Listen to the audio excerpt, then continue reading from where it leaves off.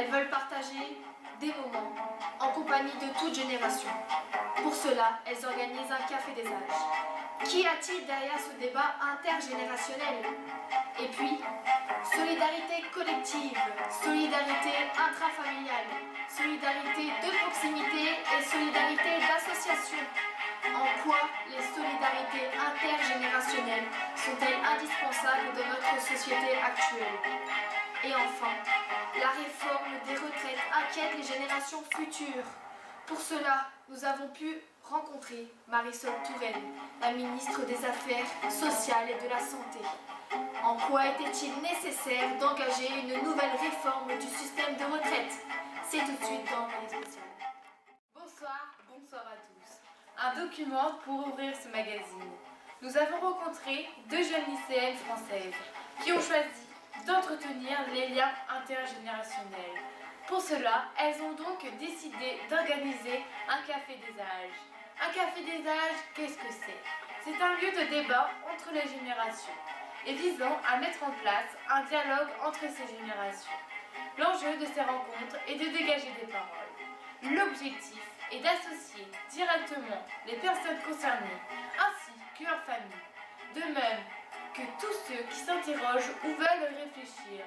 Elles ont fait jaillir les paroles de personnes présentes sur le thème des solidarités intergénérationnelles. Nous les avons rencontrés à Guingamp, au sein de la résidence Kersalik, et nous avons pu partager ce débat intergénérationnel lors d'une après-midi riche en paroles. Un document signé Héloïse Guillaume et Charlène Di Stefano. Différencier les solidarités qui peuvent exister dans notre société actuelle. Qu'est-ce que les solidarités pour vous? Les solidarités, c'est un rapport existant entre des personnes ayant une même communauté d'intérêts et qui sont liées les unes aux autres. Quels types de solidarités sont présentes dans notre société? Maintenant, nous allons en avoir une bien particulière. Et nous allons faire cela à partir d'une petite énigme. Tout d'abord, je suis un organisme social de la France. Puis, j'entretiens la force du lien social. Mon système de fonctionnement est la redistribution. Et je suis née le 4 octobre 1945. Qui suis-je? La sécurité sociale. C'est une bonne réponse. L'État-providence s'est concrétisé par la création de la sécurité sociale le 4 octobre 1945. La protection sociale en France assure aujourd'hui des dimensions d'assistance et d'assurance sociale. Réjouissons-nous aujourd'hui de continuer à développer un lien social fort. Nous sommes tous solidaires grâce au système de redistribution français. Mais réfléchissons sur la durabilité de son fonctionnement dans notre société actuelle. Dans les années 70, l'État-providence est remis en question. Sur plusieurs plans, notamment. Sur le plan financier, le système de protection sociale coûte cher. Par exemple, et son financement devient plus facile en raison du ralentissement de la croissance. Surtout qu'il y a quelque chose. Moins de cotisations sociales et moins d'impôts prélevés.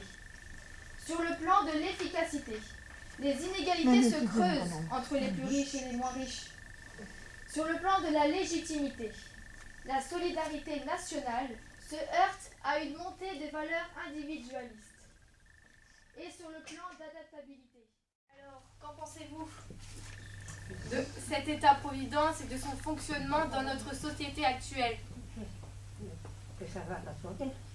Ça va pas trop bien, oui? Ni pour vous, ni pour nous. Maintenant, nous allons parler de la famille. La famille est un espace de solidarité entre les générations. Pourquoi la famille est-elle essentielle aujourd'hui? Elle nous aide à grandir, à vieillir, elle est donc essentielle. La famille, vue comme essentielle face aux problèmes sociaux qui nous entourent, la montée du chômage, le manque d'emploi pour les enfants, des études de plus en plus longues. Et oui, nos enfants font des études de plus en plus longues. Les jeunes adultes qui restent chez leurs parents. La famille est essentielle pour combattre l'isolement de certains individus de notre société. Le premier acteur de la solidarité privée est évidemment la famille. Les transferts intergénérationnels sont loin d'être négligeables au sein de la famille dans la société française, qu'ils prennent une forme monétaire ou qu'ils se traduisent par des aides en nature ou des services. Par exemple, le financement des études, évidemment, le financement du logement et de l'intendance, l'aide concrète à la vie du quotidien, le jardinage, le bricolage, le transport, la garde des enfants. Aujourd'hui, la famille est vue comme essentielle pour le partage de savoir, de connaissances et de richesses du vivre ensemble que s'apportent mutuellement les différentes générations au sein de la cellule familiale. Nous ne pouvons négliger le fait que la famille est un acteur important de la solidarité entre les générations. En effet, la famille joue un rôle d'amortisseur important en période de conjoncture économique et sociale. Mais nous nous posons une question. La solidarité intrafamiliale est-elle la même qu'autrefois? Parce que je pense que les générations ne sont pas aussi près qu'on était autrefois. Ils s'entraidaient beaucoup plus. Et vous pensez que maintenant on aide moins les enfants? Non. On aide Ah, les enfants, non. Les parents. Je trouve qu'on aide autant, voire même peut-être plus. Trop même. Bah si, parce qu'on pourrait les laisser marcher. Nous, on allait à l'école là, à pied. Et là, il faut les amener jusqu'à l'entrée de l'école en voiture. C'est parce qu'on veut bien aussi. Bah oui, Oui, mais c'est comme ça. c'est pas un service qu'on leur Ah rend. bah non. C'est-à-dire que les enfants d'aujourd'hui sont trop gâtés. Voilà, tout à fait. Oui. Les parents veulent donner à leurs enfants ce qu'eux-mêmes n'avaient pas eu dans leur jeunesse. Donc, voilà. Pour avoir de la reconnaissance. C'est une bonne C'est question. une question à vous poser. Je sais pas si on fait pour qu'on ait de la reconnaissance. C'est pour vis-à-vis votre, des c'est votre enfants, plaisir en fait. C'est par amour. C'est par amour. Et puis, C'est votre on n'est pas en plaisir. train de réfléchir, ça vient de moi. On n'a pas besoin de recevoir. Moi, mes enfants ont une très bonne situation, je n'attends rien.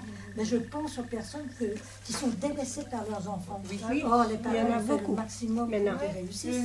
Et après, on les abandonne. On les abandonne. Ah oui, c'est ça que j'ai trouvé.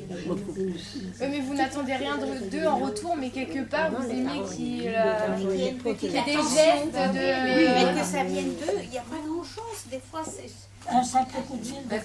voilà, un simple coup de fil, un petit quelque chose. De l'amour en reconnaissance. C'est ça, Nous allons réfléchir ensemble sur l'évolution des rôles au sein des familles au fil des années. Nous constatons que l'augmentation de l'espérance de vie et la diminution de la natalité ont bouleversé la structure démographique de la famille, qui aujourd'hui s'étend sur 4 générations. Les solidarités familiales ne sont pas moins présentes qu'autrefois, lorsque plusieurs générations cohabitaient durablement sous un même toit. Les jeunes sont aidés de différentes manières dans les moments difficiles qu'ils peuvent traverser. Cela se fait par le biais des parents ou des grands-parents. Les aînés deviennent eux-mêmes aussi dépendants et peuvent compter sur à la fois la part de leurs enfants et de leurs petits-enfants, par des visites régulières, des aides aux tâches ménagères, des soins quotidiens, des vacances communes ou des courses. Et là, est-ce que véritablement vos enfants ou vos petits-enfants vous aident? Oui. Vous apportent au quotidien de l'amour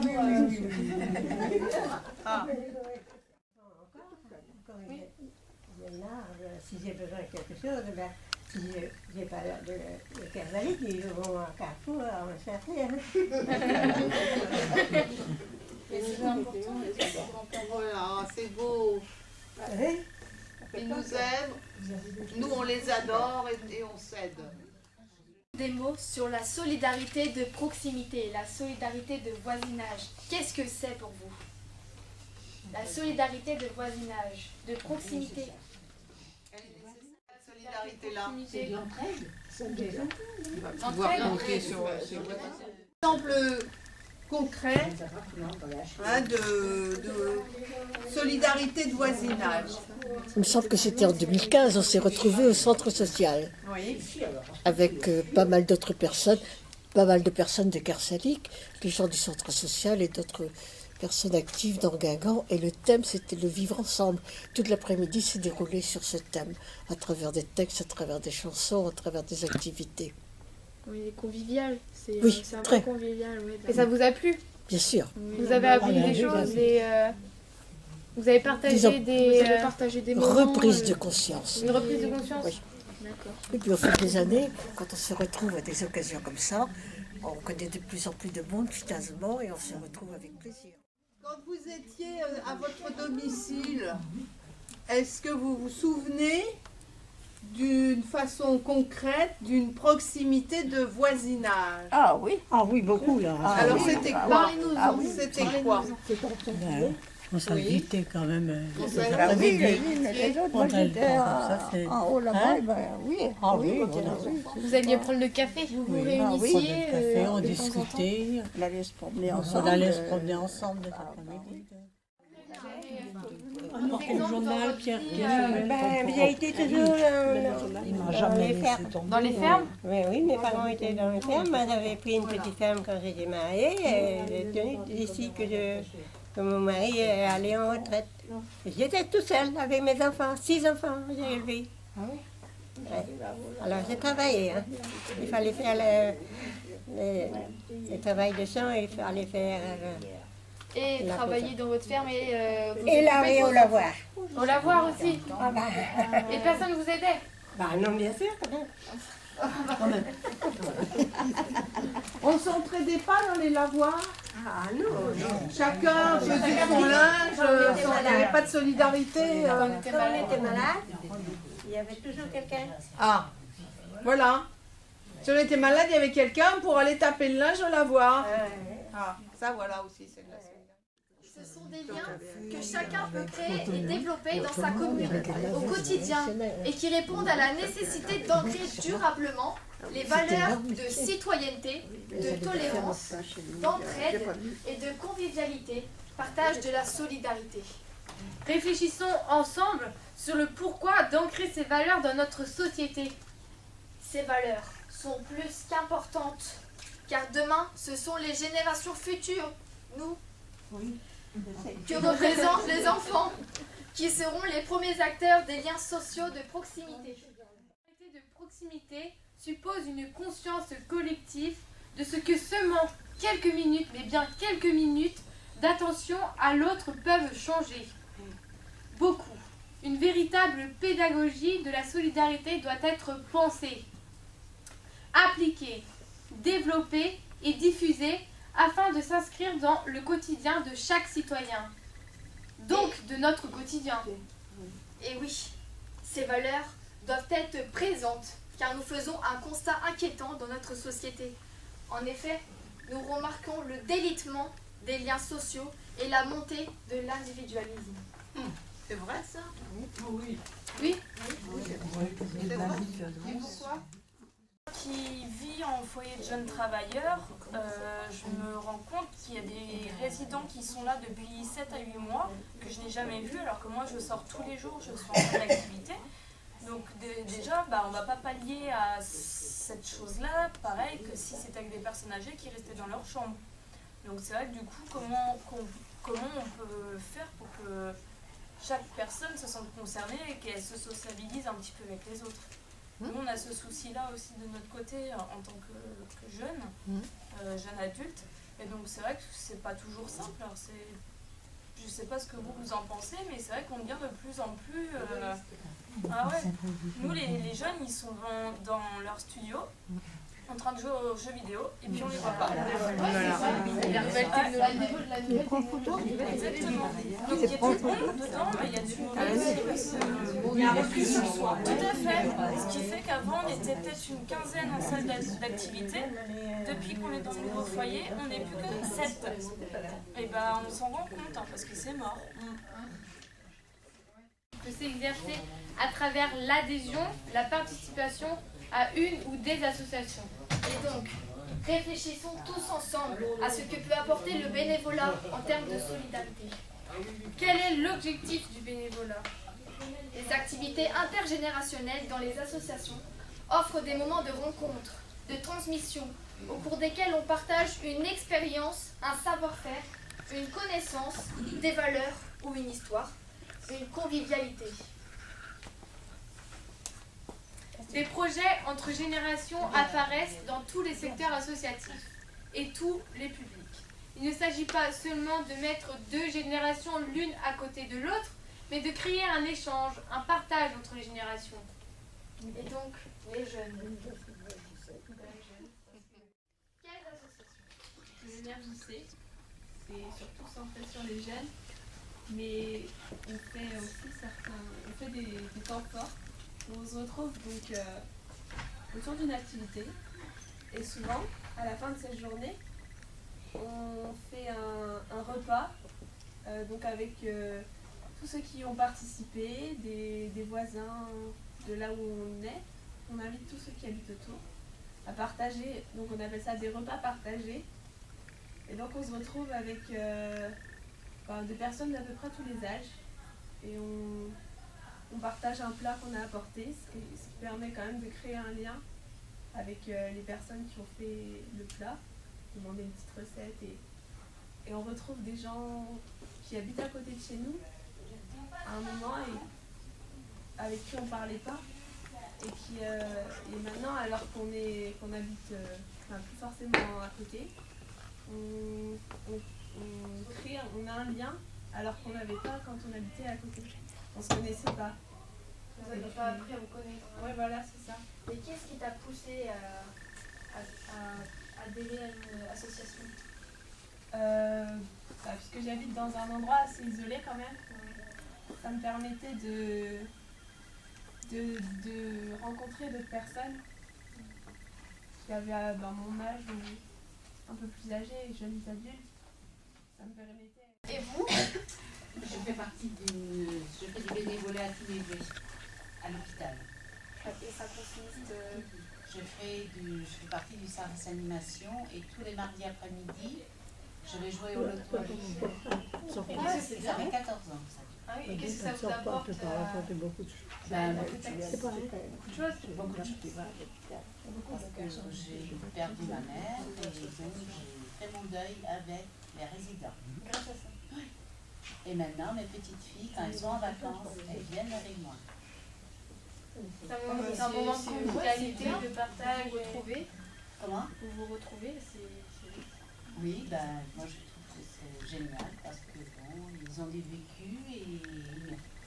Oui, la transmission des savoirs, des connaissances. Et Mme vient de dire que c'est très important de se dévouer pour quelqu'un. Oui, c'est vrai. Et que ça fait partie du bonheur. Voilà.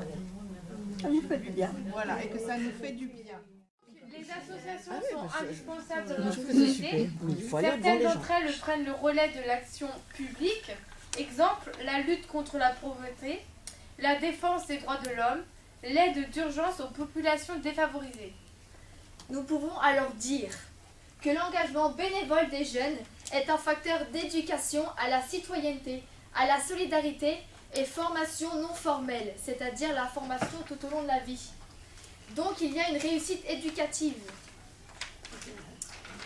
Maintenant, nous pouvons nous poser la question. L'engagement des seniors dans les associations est essentiel. Pourquoi? Réfléchissez à cette question après avoir communiqué avec les personnes autour de vous. Moi, j'ai toujours vécu autour des personnes qui donnaient beaucoup aux autres.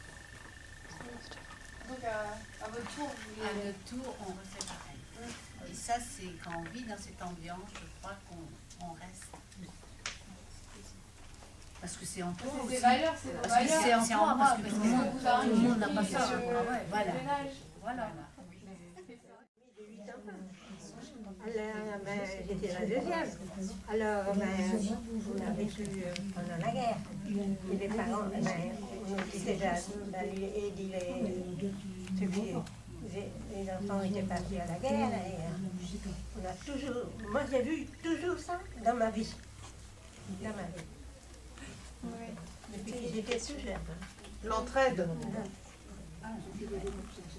Ça, c'est une valeur qu'on vous a inculquée dès votre plus jeune âge. Ben, justement.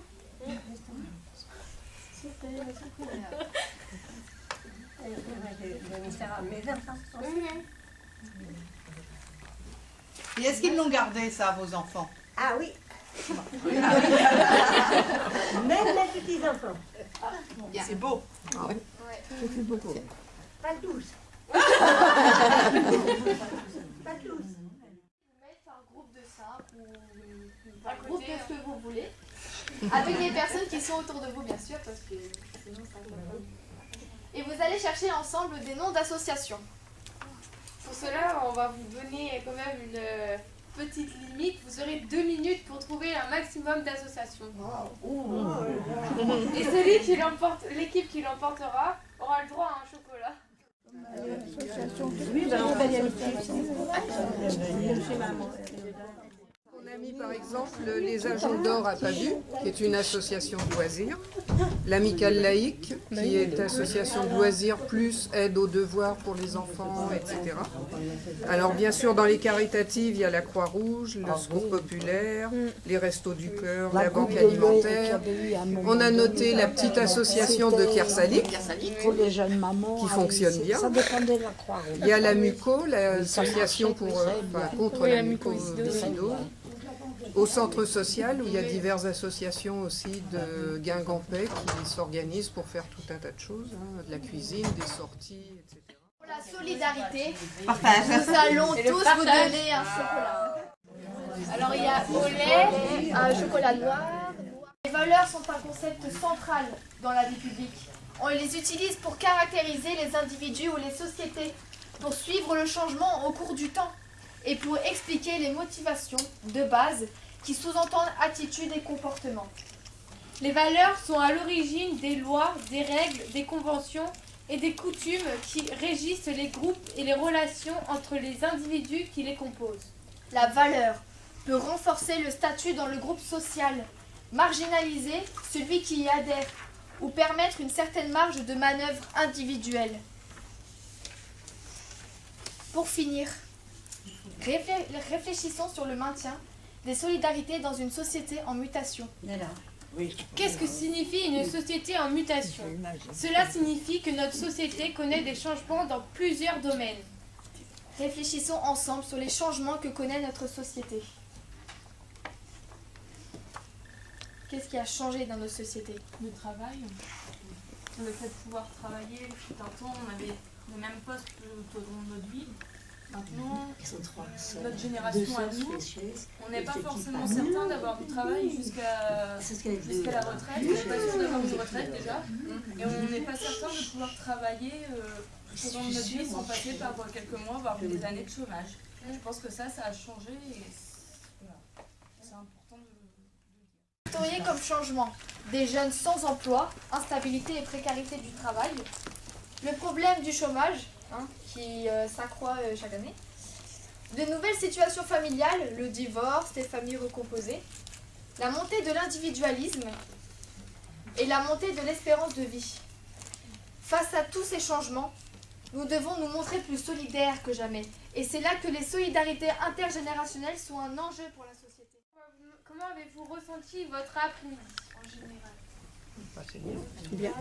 Très bien. Vous avez apprécié, vous n'êtes pas trop ennuyé? Pas du tout, non. Personne ne s'est endormi. J'ai pas endormi. C'est vrai. C'était vivant. Non, c'est très bien. On a dit intéressant. Débat intergénérationnel, il y a un goûter qui vous est offert. C'est la fin de cette émission. Vous pouvez garder le contact et partager vos commentaires sur france2.fr ou sur les réseaux sociaux, Facebook ou Twitter. À très vite. On se retrouve jeudi prochain pour un nouvel envoyé spécial. La soirée d'information continue avec les équipes de complément d'enquête. Très bonne fin de soirée sur notre chaîne. Bonsoir à tous.